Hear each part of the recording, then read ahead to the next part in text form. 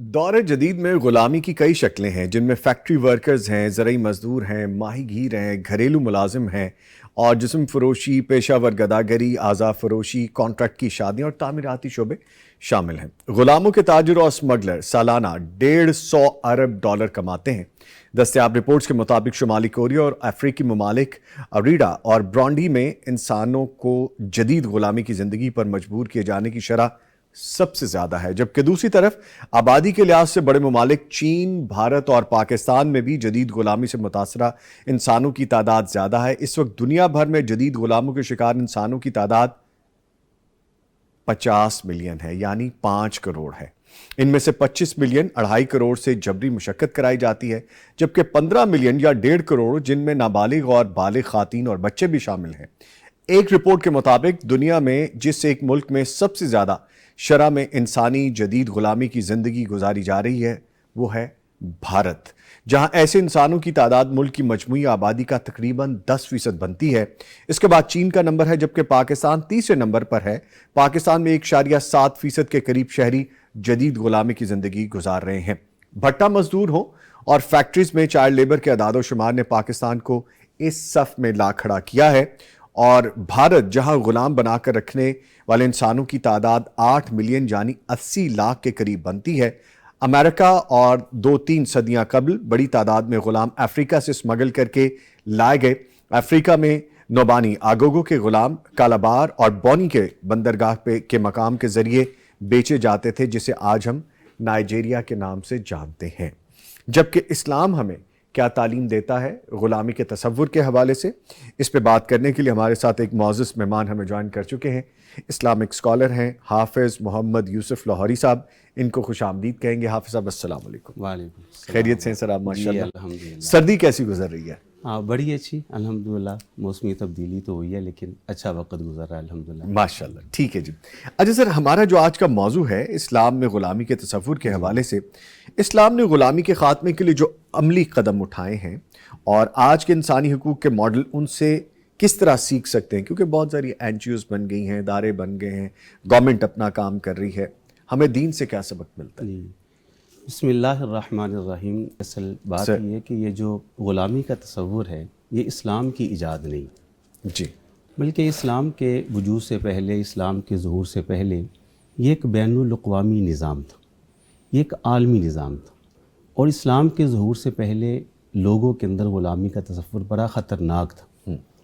آپ اندازہ کریں کہ انتہائی خطرناک قسم کے کام وہ غلاموں سے لیے جاتے تھے، اور جو غلام خواتین ہوتی تھیں ان کی حیثیت سوائے جنس کی خواہش کے اور دل بہلاوے کے کچھ بھی نہیں تھی۔ بات ایسی بھی تاریخ کے اندر شہادتیں ملتی ہیں اور ایسی بھی تاریخ ملتی ہے کہ یہ شاہزادے جی، جب کسی ٹھنڈی شاہکاروں سے، ٹھنڈی جگہوں سے، شکار گاہوں سے واپس آتے تو تازہ دم غلاموں کے پیٹ چاک کر کے اپنے پاؤں داخل کرتے تھے تاکہ قدرتی حرارت وہ حاصل کرے، نیچرل ہیٹنگ وہ حاصل کر سکے۔ غلاموں کے پیٹ چاک کر کے باقاعدہ اپنے قدم ان کے پیٹوں کے اندر داخل کرتے تاکہ نیچرل ہیٹنگ حاصل کر سکے، یہ حالات تھے۔ بلکہ میں تو کہا کرتا ہوں کہ اسلام سے پہلے زیر دست غلاموں کی دردناک چیخ و پکار وہ قیامت سے پہلے قیامت صغریٰ کا منظر پیش کر رہی تھی۔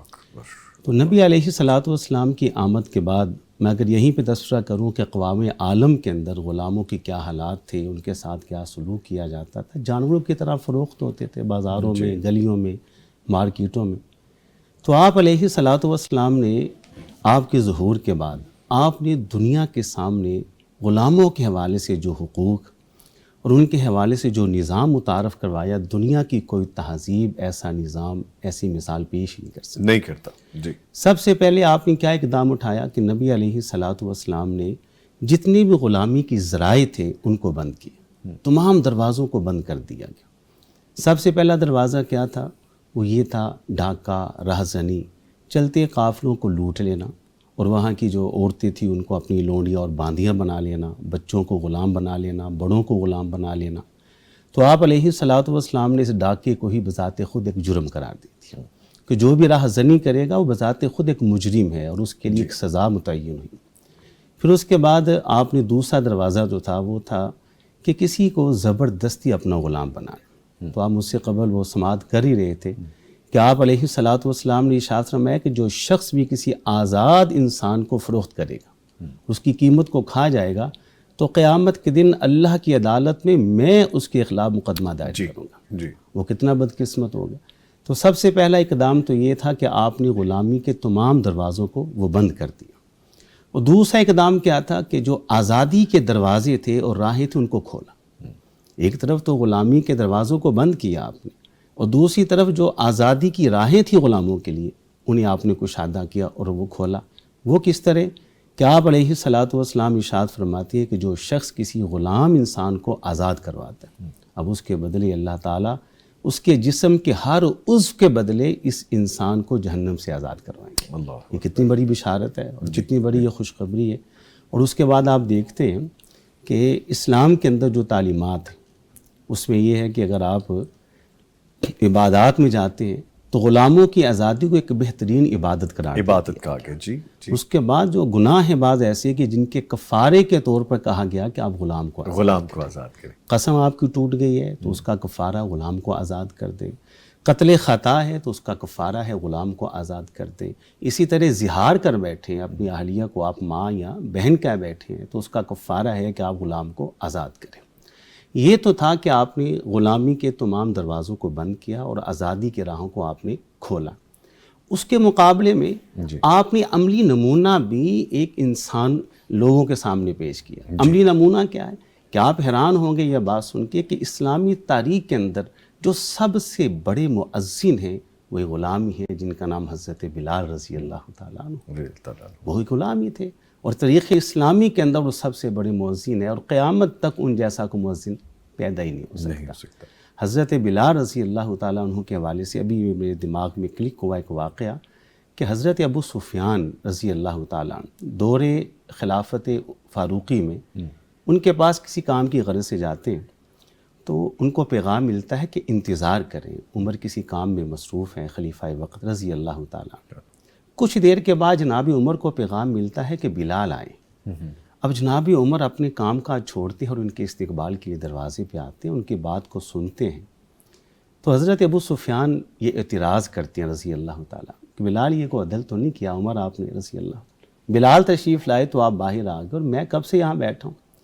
حضرت عمر رضی اللہ تعالیٰ عنہ نے ایک تاریخی جواب دیا، اور وہ جواب کیا تھا کہ ابو سفیان آج آپ میرے اوپر تو اعتراض کرتے ہیں کہ میں نے بلال کو ایک عزت دی ہے، اکرام کیا ہے، تو کیا کل آپ اللہ پر بھی اعتراض کریں گے؟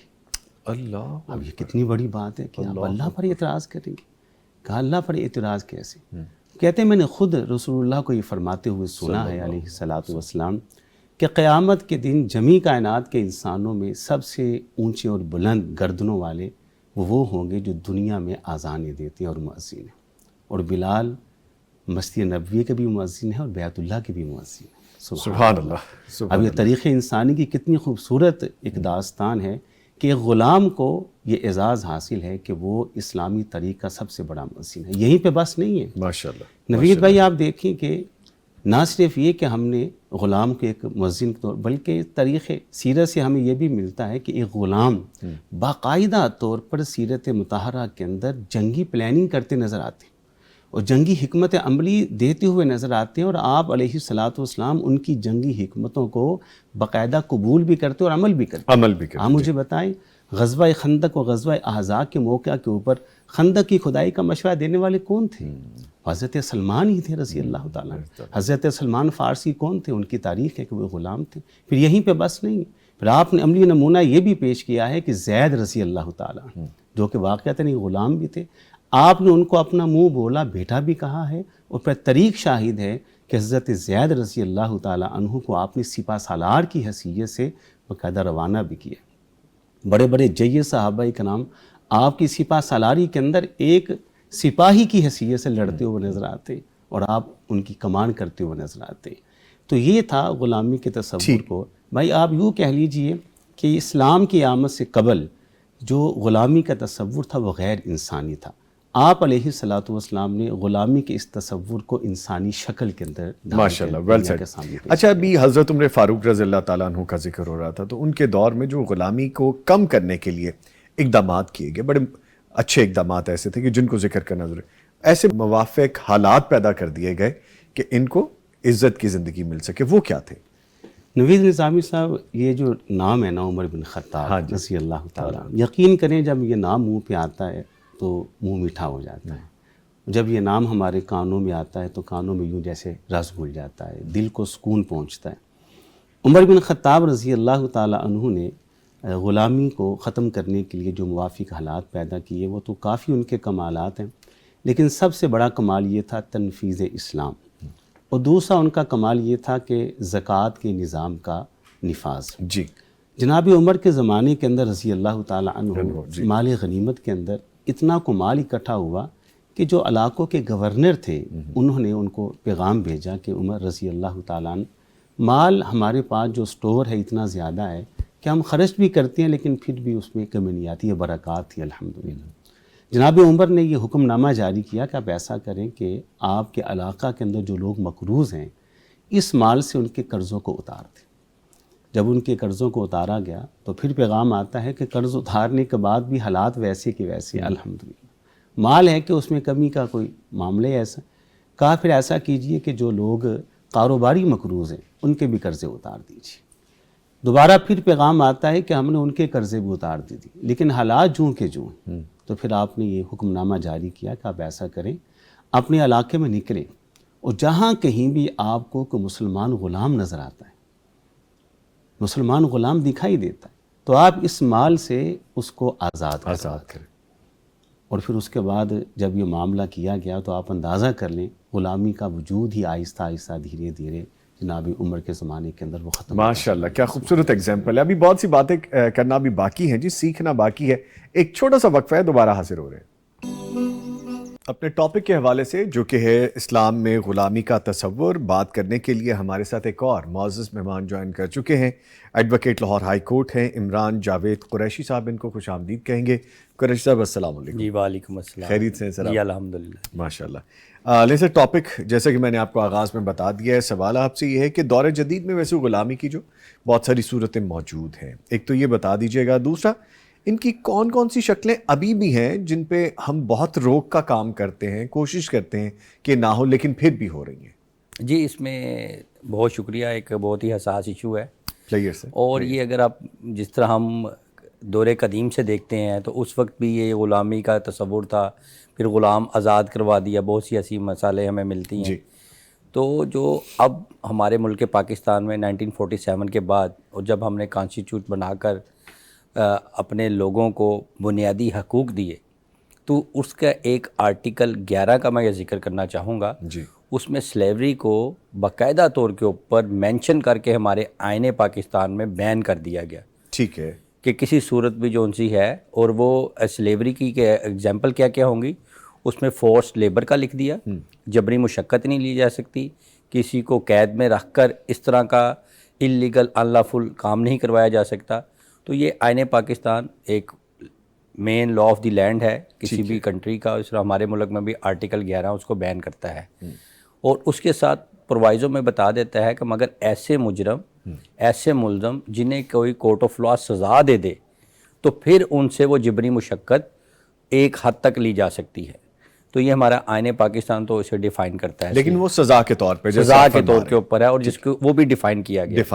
اور اس میں پھر ایک ایج کا بھی ذکر کر دیا گیا ہے کہ آپ 14 سال سے چھوٹے عمر کے کسی بچے سے وہ جبری مشقت بھی نہیں لے سکتے، کسی ایسے ہیزرڈ ورک میں بھی اسے انوالو نہیں کر سکتے. یہ تو ہمارا مین لا آف دی لینڈ بتاتا ہے، اور یہ وفاقی لا ہے اور اس کو پورے ملک کے اوپر لاگو کرنا ہوتا ہے. 18th امینڈمنٹ اسی آئین پاکستان میں اختیار دیتی ہے ہر صوبے کو کہ وہ اپنے اپنے صوبے کی حالات کے مطابق قانون سازی کر سکتے ہیں. تو ہمارے ملک کے صوبہ پنجاب میں جس میں ہم رہتے ہیں، اس میں ڈومیسٹک ورکر ایکٹ 2019 کو بھی ایک نیا قانون بنا دیا گیا، اور اس کے ساتھ ایک ہوم بیس ورکر ایکٹ 2023 بھی بنا دیا گیا. ٹھیک ہے. اور اس میں یہ کہہ دیا گیا کہ 15 سال سے چھوٹے بچوں سے کوئی بھی جبری مشقت یا اس طرح کا کام نہیں، اگر ان سے کوئی کام لینا بھی ہے تو پھر آپ ایک حد تک اسے 2 گھنٹے کے لیے یا اس کے لیے کام لیں گے، مگر وہ کوئی جبری مشقت والی نہیں ہوں گے، مگر انہیں تعلیم کا بھی خیال رکھا جائے گا. اسی طرح آرٹیکل 25 میں اگر دیکھیں آئین پاکستان میں، اب لازمی تعلیم بھی ایک بنیادی حقوق بنا دیا گیا. اس میں ایج 16 سال ڈیفائن کی گئی ہے کہ 16 سال سے چھوٹے عمر کے تمام بچوں کو، لڑکے لڑکیاں ٹرانسجنڈر جو بھی ہیں، انہیں مفت فری تعلیم دینا ریاست کی ذمہ داری ہے. اب یہ آرٹیکل 11 میں وہ ایج 14 سال ڈیفائن کی گئی ہے اور آرٹیکل 25 میں 16 سال کی 2 سال کا ڈفرینس تھوڑا سا یہ فرق آ گیا. پھر اس طرح ڈومیسٹک ورکر ایکٹ میں بھی 15 سال کی ایج آ گئی. تو اس میں تھوڑی سی آپ کے پروگرام کی وساطت سے ہم یہ کر سکتے ہیں بات کہ اس آئین کو مد نظر رکھتے ہوئے قانون سازی کو ایکول کیا جائے. ریویو کرنے کی ضرورت ہے. جی کہیں 14 ہے، کہیں 15 ہے، کہیں 16 ہے. جی، تو وہ ایک ایج ہو جائے اور اس میں جو ان سے وہ ڈیفائن ہو جائیں، اور جو ایسے کام ہیں جو اگر جبری مشقت کریں تو اس کی سزا کا امپلیمنٹیشن کا پروسیس سخت ہونا چاہیے، مجھے سوال جلد دے ہونا دیا چاہیے. آپ نے، میں نے سر کو بھی شامل کرنا ہے. سر 12 کیا 14 15 16 کیا، ہمیں 8 سال 4 سال 5 سال 6 سال چھوٹے چھوٹے بچے کام کرتے نظر آتے ہیں، جبری مشقت کرتے نظر آتے ہیں، اور قانون وہاں پہ بالکل کچھ کرتا نظر نہیں آتا. یہ کتابی باتیں جو آپ کہہ رہے ہیں، بالکل آپ مجھ سے بہتر اس کے بارے میں بتائیں گے، اور جو کہ ہیں بھی کتاب میں، پریکٹیکل نہیں ہے. سر استاد بچے کو مار رہا ہے، جبری مشقت بھی لے رہا ہے، پیسے بھی تھوڑے دے رہا ہے، کھانا بھی پراپر نہیں مل رہا. بے شمار ویڈیوز ہم دیکھتے ہیں اور ہم آئی وٹنس ہیں کہ کہیں ورک شاپ میں جائیں تو وہ چھوٹا ہی بڑا بنا ہوتا ہے، اس چھوٹے سے بڑوں والے کام بھی لیے جا رہے ہوتے ہیں. گھر میں دیکھتے ہیں چھوٹی چھوٹی بچیاں ہیں جن کو تشدد کے بعد مار بھی دیا جاتا ہے. میں ایڈ کر سکتا ہوں پلیز پلیز. سر دیکھیں، حکومت وقت کی یہ ہوتی ہے ذمہ داری کہ وہ ان لاز کو امپلیمنٹ بھی کروائے اور اس کے اوپر عمل درآمدی کے لیے جو بہتر حکمت عملی ہو سکے وہ کرے. تو اس وقت پریزر گورنمنٹ بہت اچھا کام کر رہی ہے، چاہے وہ وفاق کی ہے یا صوبائی کی ہے. اس میں چائلڈ پروٹیکشن کا ایک بنایا ہوا ہے ادارہ ہمارے ملک صوبہ پنجاب میں بھی، اور اس کی ایک ہیلپ لائن ہے 1122. کوئی بھی ایسا بچہ جو چھوٹا 15 سال سے چھوٹا آپ کام میں مشقت میں دیکھیں، انہیں کال کریں، ان کی ریسکیو وین آتی ہے، وہ لے کر چلی جاتی ہے، اور پھر ان کی اندر ہی ایک کورٹ بھی ہے چائلڈ پروٹیکشن بیورو کے اندر، اور وہ انگوری باغ لاہور میں شالامار میں ان کا ہیڈ آفس ہے، اور یہ باقی صوبوں میں بھی اسی طرح کا کام ہے. مگر پنجاب میں اس کی امپلیمنٹیشن بہت مضبوط ہے. مگر کیا ہے، وہ ریسورسز کے آ جاتے ہیں کہ بہت زیادہ اوفینسز ہو رہے ہوں، بہت زیادہ تعداد میں ہوں، ادارے نے اپنی بساط کے مطابق ایکشن کرنا ہوتا ہے. جو لوگ رپورٹ کرتے ہیں وہ ایکشن لیتے ہیں. تو اس حوالے سے ابھی اور کام ہو سکتا ہے، مگر یہ child protection and welfare bureau اور labour department government of Punjab بہت اچھا کام کرے ہیں. انہوں نے بھی اپنی ہیلپ لائن انٹروڈیوس کروائی ہے. کہیں ایسا ایشو دیکھیں، جیسے آپ نے مثال دی وہ موٹر سائیکل مکینکوں کی دکانوں پر یا ادھر چھوٹوں سے وہ کام لے رہے ہوتے ہیں. اگر کام سیکھنے کی حد تک جیسے جاپان میں ہے کچھ بھی، چھوٹی عمر میں بچوں کو تعلیم کے ساتھ ہنر بھی سکھایا جاتا ہے، مگر وہ ایک حد تک ساتھ ان کی تعلیم، ان کی صحت اور ان کی خوراک کا بھی خیال رکھا جاتا ہے. تو اگر اس طرح ہمارے ملک میں چند گھنٹوں کے لیے ٹیکنیکل، جی بالکل. تو نمبر جیسے آپ نے فرمایا 1122 وہی نمبر ہے ہیلپ لائن کے لیے بھی. جی ٹھیک ہے. اچھا سر، آپ فرمائے گا یوسف صاحب کہ جیسے ہم بات کریں غلامی کے حوالے سے، جدید غلامی کی ایک شکل جیسا ابھی ہم نے بات کی جبری مشقت ہے، تو اس میں جو اسلامی اخلاقیات ہیں اس کے بارے میں ہمیں کیا ہدایات ملتی ہیں اپنے ذہن سے؟ نوید نظامی بھائی، آپ دیکھ رہے ہیں کہ ہمارے معاشرے کا ایک المیہ ہے کہ ہم بے برکتی کا بڑا رونا روتے ہیں اور نحوست کا بھی رونا روتے ہیں. چاہے ہمارا کوئی تاجر طبقہ ہے یا کاروباری طبقہ ہے، تو ان کا یہ المیہ ہے کہ وہ کہتے ہیں کہ برکت نظر نہیں آ رہی. بے شمار اس کی وجوہات ہیں، لیکن حدیث کی روشنی میں اس کی ایک بڑی وجہ جو آپ نے بیان کی ہے وہ یہ ہے کہ آپ کے جو زیر دست لوگ ہیں، اگر آپ ان پر جبر کرتے ہیں اور آپ ان کے ساتھ زیادتی کرتے ہیں، ان سے کام ان کی بساط سے زیادہ لیتے ہیں اور آپ ان کو اجرت یا تو دیتے نہیں یا کم دیتے ہیں، تو آپ نے کہا کہ آپ کو اس کے عوض 2 چیزیں ملنا ضروری ہے. پہلی چیز کیا؟ پہلی چیز یہ ہے کہ آپ کے معاملات سے برکت ختم ہو جائے گی. سب سے پہلے آپ دیکھ لیجئے کہ آج برکت کہیں نظر آتی ہے، کسی چیز کے اندر وہ خیر دکھائی دیتی ہے، تو اس کی ایک بڑی وجہ یہ بھی ہے کہ ہم جبری مشقت بھی لیتے ہیں، لوگوں سے ان کی بساط سے زیادہ کام لینا اور اجرت ان کو وقت پہ نہ دینا، یہ بالکل نہ دینا. پھر آپ نے یہ بھی ارشاد فرمایا کہ جو شخص جبری مشقت کرواتے ہیں یہ ایک نحوست کا سبب ہے، معاشرے کے اندر ایک نحوست کا سبب ہے. تو یہ کسی کو جبری مشقت کے لیے مجبور کرنا، یہ تو بے برکتی بھی اسے ہوتی ہے. دوسرا یہ ہے کہ یہ ایک ظلم بھی ہے. اب قیامت کے دن جب آپ کھڑے ہوگے تو آپ کا شمار جو ہے وہ ظالموں کے ساتھ ہوگا، کیونکہ آپ نے ایک اپنے زیر ماتحت لوگوں کے اوپر ظلم کیا ہے کہ آپ نے ان کی بساط سے زیادہ ان سے کام لیا ہے اور اجرت ان کو نہیں دی. اس لیے یہ کام بالکل غیر شرعی ہے اور ٹھیک نہیں. اچھا سر، اکثر ہم دیکھتے ہیں کہ ملازمین کی تنخواہیں بڑے بڑے انسٹیٹیوشنز ہوں، چھوٹی سی کوئی دکان ہو، چھوٹا کوئی کاروباری طبقہ ہو، سب میں یہ عنصر پایا جاتا ہے. تنخواہ ایک تو کم دینا, پھر دیر سے دینا, پھر دیر سے دینے کے بعد بلیک میل بھی کرنا, اور پھر ایسے حربے استعمال کرنا کہ وہ بیچارہ تنگ آ جائے, اور پھر وہ کام بھی زیادہ اس سے جبری مشقت لینا. ان سارے معاملات میں لیبر لاز کیا کہتے ہیں؟ جی اس میں بھی منیمم ویجز ایکٹ ہمارے ملک میں 1963 سے غالباً لاگو ہے, اور اس میں ہر سال آپ نے دیکھا ہوگا کہ گورنمنٹ آف پنجاب اس میں چینجز کرتی رہتی ہے, ترمیم لاتی رہتی ہے کہ منیمم ویجز کے تحت اس وقت 40,000 روپیز جو سا ہے ہماری پر منتھ ایک انکم ڈیفائن کی ہوئی ہے. اس سے اگر کوئی کم دیتا ہے تو وہ جرم کے آفینس کے زمرے میں آتا ہے, تو اس کے لیے باقاعدہ لیبر ڈپارٹمنٹ کو اپروچ کر کے اس کا کیس بھی کیا جا سکتا ہے. لیبر کورٹس بھی ہمارے ملک میں ہمارے صوبے میں موجود ہیں, وہ کام کر رہی ہیں. تو جیسے سر نے ابھی ذکر کیا برکت کا, ان چیزوں کو سر لنک کیے بغیر ہم آگے نہیں بڑھ سکتے, کیونکہ ہمارے آئین پاکستان میں پہلی لائن یہ لکھی ہوئی ہے کہ all laws shall be enacted under the Sharia of Islam Quran and Sunnah. تو اس کی روشنی میں تمام قوانین بننے ہیں. اگر کہیں بھی آپ دیکھیں ایسے وہ تمام قوانین جو برٹش راج سے ہمارے ملک میں چلتے آ رہے ہیں, اگر اس میں کوئی ڈسکریمنیشن ہے یا کچھ میں ہے تو ہم آئین پاکستان کے پریمبل کی روشنی میں اسے چینج کروا سکتے ہیں, اسے انڈیکیٹ کیا جا سکتا ہے. اور جہاں پر ایسے یہ کم اجرت دیتے ہیں یا اجرت وقت پر نہیں دیتے تو اس کی کمپلین لیبر ڈپارٹمنٹ کو لیبر کورٹ میں کی جا سکتی ہے. فروٹفل ہوتی ہے سر یہ اس کے ریزلٹ؟ سر وہ آپ پروسیس کا امپلیمنٹیشن, اور انشاءاللہ آپ کو سن کر بڑی خوشی ہوگی کہ جو پنجاب گورنمنٹ ہے وہ بہت فوکس ہے. ابھی آپ نے ریسنٹلی دیکھا ہے کہ جو زمینوں پر قبضے وغیرہ تھے, سی ایم صاحبہ نے اس میں قانون میں چینجز لائی ہیں, اور 24 گھنٹے کے اندر جو قبضہ مافیا تھے ان کے خلاف ایکشن جو ہونے شروع ہو گئے. اور اس پہ ہماری لیگل کمیونٹی وہ بات کر رہی ہے کہ جی پروفیشن, تو اس سے بڑے ادب کے ساتھ میں اپنے لیگل پروفیشن سے بھی ان سے کرنا چاہوں گا کہ کیا انصاف کو پیسے سے لنک کیا جا سکتا ہے؟ جس طرح ہیلتھ اسٹیٹ کی رسپانسبلٹی ہے, اسی طرح جسٹس بھی اسٹیٹ کی رسپانسبلٹی. اب اس میں دو چیزیں ہیں سر, اسلام سے لنک کرتے ہوئے ہم اپنے مذہب میں دیکھیں ایکویلٹی اینڈ ایکوٹی کا کنسیپٹ ہے. اچھا, جسٹس اور عدل, انصاف اور عدل میں بھی فرق ہے کہ اس لیے کوٹا سسٹم رکھا گیا ہوا ہے. کوئی ڈسیبل ہے تو اس کی پریویلیج کے لیے بھی ہمارا آئین بھی اجازت دیتا ہے اور مذہب بھی اجازت دیتا ہے. تو اس لیے وقت یہ ہے کہ اس وقت ہم عدل پر فوکس کریں, اور جو 100 سالہ یا 125 سالہ پرانے لاز ہیں انہیں وقت کے تقاضوں کے مطابق اپڈیٹ کریں, ریوائیو کرنے کی ضرورت, اور ورنہ اگلی آنے والی جنریشن ہمارے پر ہنسے گی.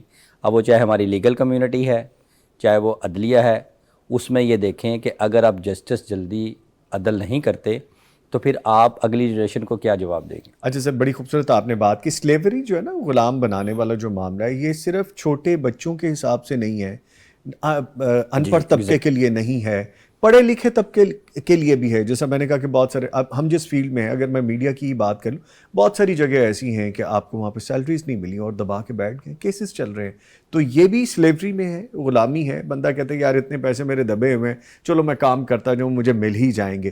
تو یہ بھی اسکول آف تھاٹ ہے. ایک طرف یہ مافیا نظر آتا ہے, دوسری طرف بیچارے غلامی کی صورت میں زندگی گزارتے نظر آتے ہیں. لیکن آپ نے ہوپ دی ہے جی الحمدللہ, لاء کے پاس آئے تو آپ کو ملے گا. بالکل جی بالکل. ٹھیک ہے. اچھا سر, یہ فرمائے گا جو ذاتی عدالتیں لگا لیتے ہیں, آپ نے بہت ساری ویڈیوز بھی دیکھی ہوں گی, یہ سوشل میڈیا پہ ہوتی ہیں کہ اپنی ہی عدالت لگا لی ہے, اپنے ہی ذاتی غلام کو, جیسے غلام ابن غلام والا معاملہ چل رہا ہوتا ہے, نسل در نسل فیملیز غلام ہوئی ہوتی ہیں, ان پہ تشدد کیا جا رہا ہوتا ہے خود سے ہی اپنی عدالت لگانے کے بعد. دین اس حوالے سے کیا کہتا ہے ایسے ظلم کرنے والوں کو؟ نوید بھائی, جو ذاتی عدالتیں ہیں نا, ان کی شرعی کوئی حیثیت نہیں ہے. جب آپ کی ایک ریاست موجود ہے اور آپ کا ولی الامر ایک حکمران موجود ہے اور اس کا ایک نظام بھی موجود ہے, اس کے ایک عدلیہ نظام موجود ہے, تو اس نظام کی موجودگی کے اندر ذاتی عدالت کی کوئی حیثیت نہیں. اگر کوئی شخص ذاتی عدالت لگاتا ہے تو یہ نظام کے اندر ایک نظام ہے جو کہ ایک بدترین شکل ہے, ایک بدترین گناہ ہے. تو ایسی کسی بھی ذاتی عدالت کی حوصلہ شکنی ہونی چاہیے اور اس کے خلاف جو ہے باقاعدہ طور پر ایکشن ہونا چاہیے. ٹھیک ہے. اور دوسری بات یہ ہے کہ یہ جو ذاتی عدالت کی بدماشی کی شکل میں لوگوں پر ظلم و جبر کیا جاتا ہے, یہ ان گناہوں میں سے ایک گناہ ہے جسے خروج بھی کہا جاتا ہے, کہ آپ ایک نظام کے ہوتے ہوئے, ایک ریاست کے ہوتے ہوئے, قانون کے ہوتے ہوئے اپنے قانون کو لاگو کر, یعنی ریاست کے اندر ایک ریاست بنانے کی کوشش کر رہے ہیں, نظام کے اندر ایک نظام بنانے کی وہ جستجو کر رہے ہیں, تو اس کی حوصلہ شکنی ہونی چاہیے اور اس کے خاتمے کے لیے نا تمام تر اقدامات وہ ضرور ہونے چاہیے. ضرور ہونے چاہیے. ٹھیک ہے. دین کسی طرح سے بھی اس کی اجازت نہیں دیتا, قطعاً ڈسکریج اس میں کرتا ہے, اجازت بالکل نہیں. سختی سے, بلکہ ممانعت ہے. یہ ایک فتنے کی راہ ہے, ایک فساد کا رستہ ہے, یہ بالکل اس کی اجازت نہیں ہے. ٹھیک. اچھا قریشی صاحب, جس طرح ایک فیملی نے اپنی کسی ضرورت کے تحت کچھ پیسے, کچھ رقم لے کے اپنا گزارا کر لیا وہ وقت گزارنے کے لیے, اور پھر وہ پوری فیملی ہی مقروض ہو کے غلامی کی صورت میں ہم دیکھتے ہیں, جس کی ایک مثال بھٹا مزدوری ہے. جی. کئی سال تک پوری فیملیز غلام بن کے رہتی ہیں. قانون اس بارے میں کیا کہتا ہے؟ جی, اس میں بھی 2016 میں ہمارے ملک میں یہ لاء بن چکا ہے, Punjab prohibition of child labour at brick ایکٹ 2016. اچھا. اب اس قانون کے تحت کوئی بھی کسی سے ایڈوانس پیسے لے کر اسے اگر جبری مشقت کروائے گا تو اس کو بین کیا ہوا ہے, اس کی سزا ہے اور لیبر کورٹ اسے سزا کرتی ہے. اور اس کے علاوہ ہم ایک اور 491 CRPC کے تحت جو 1898 کو جب گورے قانون بنا کر گئی, وہ آج بھی ہمارے ملک میں لاگو ہے. کوئی کسی کو حبس بیجا میں رکھے, چاہے اسے کام کروائے یا ویسے اسے رکھے, تو آپ 491 CRPC کے تحت سمپل ایک اپلیکیشن دیتے ہیں اس ضلع کے ڈسٹرکٹ سیشن جج کو, وہ بیلف مقرر کر کے جہاں آپ انڈیکیٹ کریں اس شخص کو لے کر ریکور کروا کر عدالت میں لے آتے ہیں اور اس سے پوچھتے ہیں کہ اسے جبری رکھا ہوا تھا, غیر قانونی رکھا ہوا تھا, تو پھر اس کی جزا سزا بھی ہوتی ہے. اور یہ 24 گھنٹے کے اندر قانون لاگو آج بھی ہمارے ملک میں لاگو ہے. تو اس کے تحت بھی ایک ریڈریسل ہو سکتا ہے. اور جہاں تک آپ نے فرمایا کہ یہ جو اس طرح کے کام ہے وہ گاؤں دیہاتوں میں ایسی جگہوں کے اوپر فیکٹریز میں وہ ایڈوانس پیسے نہ بھی دیں تو ان کو وہ تھوڑا سا وہ گندم راشن دے کر تو کتنے مہینے کام کرواتے رہتے ہیں, اور پھر اس کی چاہے اس کی طبیعت خراب ہے, ناساز ہے, ایسی بے شمار سوشل میڈیا پر ویڈیوز ہیں. جی ہیں. تو اس پہ بھی وہ حکومت وقت کو کمپلینٹ ہو جائے تو ان کے اوپر بھی ایکشن ہوتا ہے. اور جس کی آپ نے کچھ چند دن پہلے بھی ایک دیکھا ہوگا, سوشل میڈیا پہ بہت ویڈیو ایسی چل رہی تھی. تو لاء میں اس کی پوری ممانت ہے, کوئی گنجائش نہیں ہے. کہیں آپ ایشو دیکھیں تو آپ جو ان سے ہے وہ اگر بچہ ہے تو child protection and welfare bureau کو اپروچ کر سکتے ہیں, اور اگر وہ بڑا شخص ہے تو آپ ڈسٹرکٹ سیشن جج کو ایک سمپل اپلیکیشن بھجوا سکتے ہیں, اور وہ گرنا ڈپٹی کمشنر ہر ضلع کے DC کو بھی آپ اپلیکیشن دے سکتے ہیں. کوئی بھی ایشو دیکھیں تو ہیڈ آف دی ڈسٹرکٹ وہ بھی آگے متعلقہ اتھارٹیز کو ایڈریس کر سکتے ہیں. جی. اچھا سر, ایک چیز اور ہے, کچھ والدین ایڈوانس پیمنٹ لے کے چھوٹی عمر کے بچے یا بچیوں کو گھروں میں ملازم یا ملازمہ رکھ کے چلے جاتے ہیں. جیسے اگر 50,000 لے لیا, it's not a big deal کہ وہ اتنی بڑی اماؤنٹ بھی نہیں ہے, لیکن کچھ لوگوں کے لیے بہت بڑی اماؤنٹ ہے. اب اس رقم کے عوض وہ 6 مہینے کے لیے چھوڑ کے چلے گئے بچی کو, مڑ کے دیکھا بھی نہیں.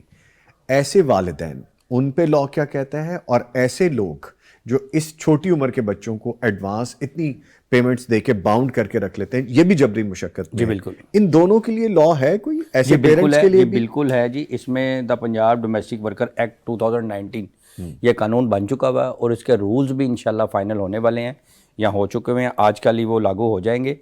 اس کے تحت کوئی بھی ایسے شخص کو اگر 24 گھنٹے کے رکھوانا ہے کسی کے گھر, قانون اس کی اجازت نہیں دیتا, اس کے لیے ٹرمز اینڈ کنڈیشن لکھی جائیں گی. کتنے گھنٹے اگر اس طرح انہیں وہ رہائش دیتے ہیں, شیلٹرز دیتے ہیں, تو اس دوران بھی 24 گھنٹے وہ ملازم نہیں کھلوائیں گے اس قانون کے تحت. 2 گھنٹے یا 4 گھنٹے جو کام ہوگا اس کے بعد انہیں ریسٹ ہوگا, اور ان کی تعلیم و تربیت, اگر تو وہ بچہ ہے جیسے آپ نے فرمایا کہ ایڈوانس والے, تو اس کی ساری اس رسپانسبلٹی ہوگی اس آنر آف دی ہاؤس کی, جو یہ ڈومیسٹک ورکر ایکٹ کے تحت کانٹریکٹ کر کے اسے رکھیں گے. اس قانون میں واضح طور پہ لکھ دیا گیا ہے کہ وہ اس کا رائٹنگ میں ہوگا, معاہدہ ہوگا, ایگریمنٹ ہوگا. جیسے یہ پرائیویٹ جاب ہے اسی طرح یہ بھی ایک جاب کی نیچر ہے, اور اس قانون میں کلیئرٹی ہے. اب اس کے رولز جو ان سے فائنل ہو چکے ہیں یا بالکل ہونے والے ہیں. ان والدین کے لیے بھی کوئی لاء ہے جو اتنے پیسے لے کے؟ بالکل ایگزیکٹلی ان کے لیے بھی, اور وہ اونرز کے لیے بھی. جو وہ کانٹریکٹ ہوگا 15 سال سے چھوٹے بچے کا تو ایگریمنٹ بھی نہیں ہو سکتا نا, وہ تو کلیئر ہے. 15 اور 18 کے درمیان جب تک وہ لیگل ایج نہیں ہوتی اس دوران کا وہ اس کے کانٹریکٹ ہوگا. اور جو بڑے لوگ ہیں ان کا بھی کانٹریکٹ ہوگا, جیسے وہ کوئی آیا گھر میں رہتی ہیں کسی بیمار کی تیمارداری کرنے کے لیے, ریزنیبل چیزیں بھی تو ہے نا, اس کو اجازت دیتا ہے قانون. سوری صاحب, سوری ٹو کٹ یو.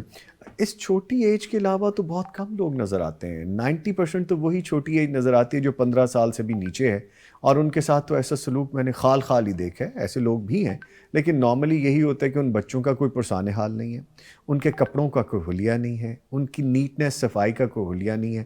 کھانا پینا تو بہت دور کی بات ہے, پڑھائی تو اس سے بھی دور کی بات ہے. لیکن یہ ہم کس طرح سے ٹھیک کر سکتے ہیں؟ لاء کے بارے میں ہم بتا دیتے ہیں, لیکن بامر مجبوری والدین بھی بچوں کو اس طرح چھوڑ کے جاتے ہیں. بس نظامی بھائی, اس میں یہی پھر چیز آتی ہے کہ آپ کوئی چیز کو دبا لیتے ہیں, مگر آپ جیسے پروگرام کے وساطت سے اب جو پیغام جا رہا ہے تو لوگ دبائیں گے نہیں. انہیں چائلڈ پروٹیکشن ویلفیئر بیورو کا پتہ چلا, لیبر ڈپارٹمنٹ کا پتہ چلا, اور جو قانون آپ کی وساطت سے پروگرام کے لوگوں تک گیا. جب آپ رپورٹ کرنا شروع کر دیں گے, چیزیں ایڈریس ہوں گی, تو پھر وہ کنٹرول بھی کی جائیں گی. اگر ہم اسے ایڈریس نہیں کریں گے, خاموش رہیں گے, تو پھر یہ معاملات اسی طرح ہم اپنا کام تو کریں کم از کم, اپنی آواز تو بلند کریں کم از کم. وہ حصہ کہاں تک جاتا ہے اور کتنا پڑتا ہے وہ تو خیر اللہ تعالیٰ بہتر جان سکتے ہیں, لیکن ہمیں کوشش کرنی چاہیے اپنی بساط کے مطابق, آپ کو لاء کے مطابق, سر کو دین کے مطابق, مجھے اپنے میڈیا پرسنالٹی کے مطابق. سر وقت چونکہ میں نے سمیٹنا ہے, ہم ایک میسج لیں گے آپ سے بھی اور قریشی صاحب سے بھی. یہ فرما دیجیے گا کہ عزت و احترام تو انسان کا مقدم ہے ہر صورت میں, چاہے وہ عمر کے کسی بھی حصے میں ہو. تو جدید غلامی کو کیسے ختم کیا جائے؟ یہ جدید غلامی کی صورتیں ہیں جو ابھی ہم ڈسکس کریں. ایک میسج آنا چاہیے دینی ایسپیکٹ سے. جی بہت شکریہ نوید نظامی بھائی. سر میں یہ پیغام دوں گا کہ اللہ تعالیٰ نے کلام مجید کے اندر اس امت کو خیر امہ کہا, کنتم خیر امہ.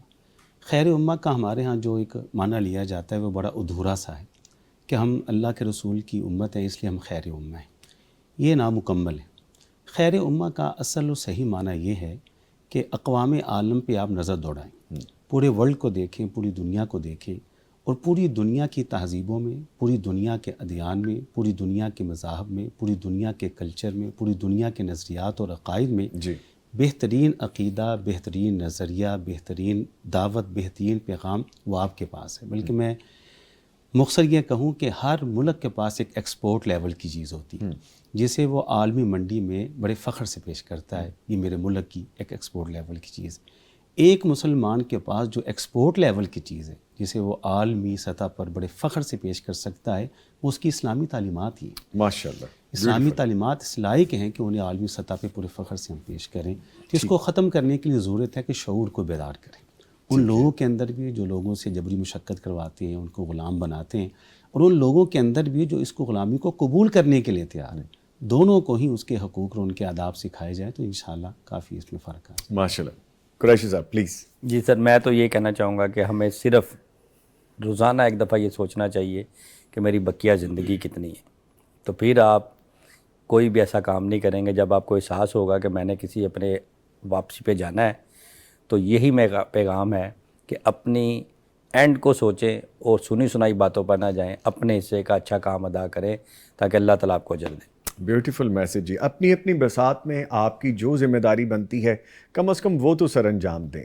وہ کوئی بھی پہلو ہو, کوئی بھی موضوع ہو, وہ کسی بھی چیز سے تعلق رکھتی ہو بات, اس میں اگر آپ کا اپنا حصہ ہوگا اپنی بساط کے مطابق, دوسروں کی طرف انگلی اٹھانے سے بہتر ہے میں اپنے آپ کو کہوں کہ میں اس بارے میں عملی طور پہ کیا کر سکتا ہوں. دوسرا پیغام ٹی وی آج خاص طور پہ اسی حوالے سے بات کر رہا ہے کہ اسلام میں غلامی کے تصور کے حوالے سے جو لاء ہیں, جو دین اسلام ہمیں بتاتا ہے وہ کیا ہے.